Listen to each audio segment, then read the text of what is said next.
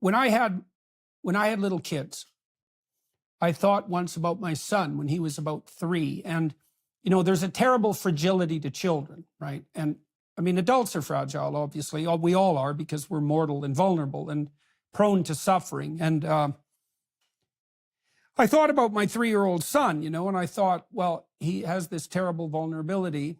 Wouldn't it be good if that could be ameliorated?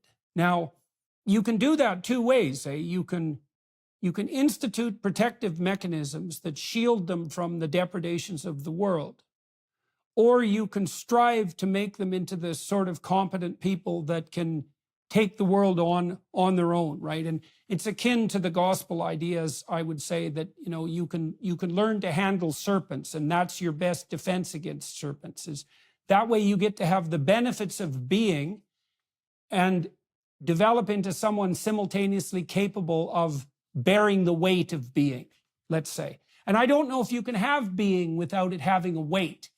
I don't even know. It's like, it's possible that mortal limitation is the price you pay for being. I don't know how things are constructed. It could well be. What you're saying reminds me of Dostoevsky, who said that he couldn't imagine a great person who had not known some kind of suffering. And what we try to do with our children is somehow to limit that. But we realize that part of their maturing has to do with how they learn to handle life. And we don't want to leave them defenseless, do we? So what you're raising is a very big set of questions.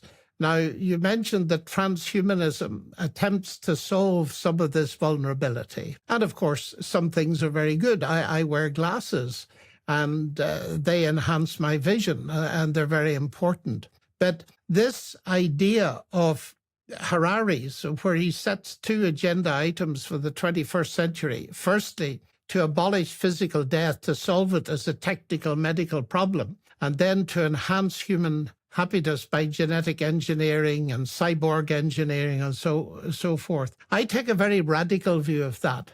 When people hold out this promise to me, I simply say to them, you're too late. The problem of physical death was solved 20 centuries ago, because I think there's strong evidence that Jesus Christ rose from the dead.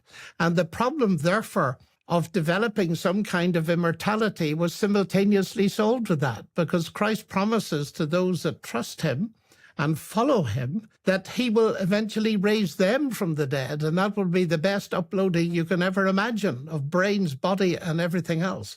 So I take a very radical view that the transhumanist ideal is bound to fail, and there are deeper reasons behind that as well.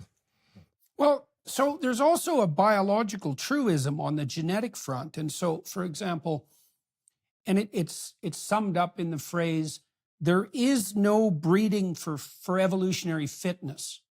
Like you cannot rationally breed a variant of cattle, for example, that are going to be more successful at surviving in the ecology of cattle. It's not possible. And part of the reason for that, as far as I can tell, it's a deep problem. Part of the reason for that is that the horizon of the future actually transforms unpredictably, like actually unpredictably, technically unpredictably. It's not deterministic. And what that means is that you cannot make a rational calculation that will determine a priori what direction evolution should go in order to be more successful. And it's also for that reason that what the evolutionary process does is capitalize on actual random chance in order to produce variants that can meet the transforming horizon of the future. And so now the theory has been forever that genetic mutation is random.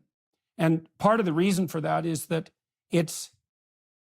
part of its mechanism, there are a variety, one of its mechanisms is the damage of DNA molecules by cosmic rays, which is definitely random. But there was a study published a year ago or 2 years ago in Nature. This is so interesting and bears on our issues here, that even though the mechanism of variability at the DNA molecule level is truly random, there are repair mechanisms that fix damage to DNA molecules. And there's a hierarchy of genes such that some genes are so crucial to morphological development that if they mutate, death is virtually certain, or severe limitation, right, on the reproductive front, virtually certain. Whereas there are other variations that are permissible within the realm of likely survivability. And the accuracy of the repair mechanisms is proportionate to the depth of profundity of the genetic code. The genes that are most crucial to survival are repaired with 100% accuracy. So there's room for variation at the fringe. Now, the reason I brought that up is partly because there's an implication in the futurist, post-humanist types that they could breed a better person by rational means. But that means accepting the proposition a priori that you can compute what constitutes better rationally, that you actually know enough about that. And that's also a derivation of the notion that we can create our own values. And I don't think any of that's actually tenable. I think it's likely to produce all sorts of catastrophic, unpredicted outcomes. That's much more likely, like those would be mutations that are counterproductive in every way, so to speak. That's much more likely than the notion that we're going to hit the target more squarely by mucking about with our Luciferian rationality. I think that's absolutely right.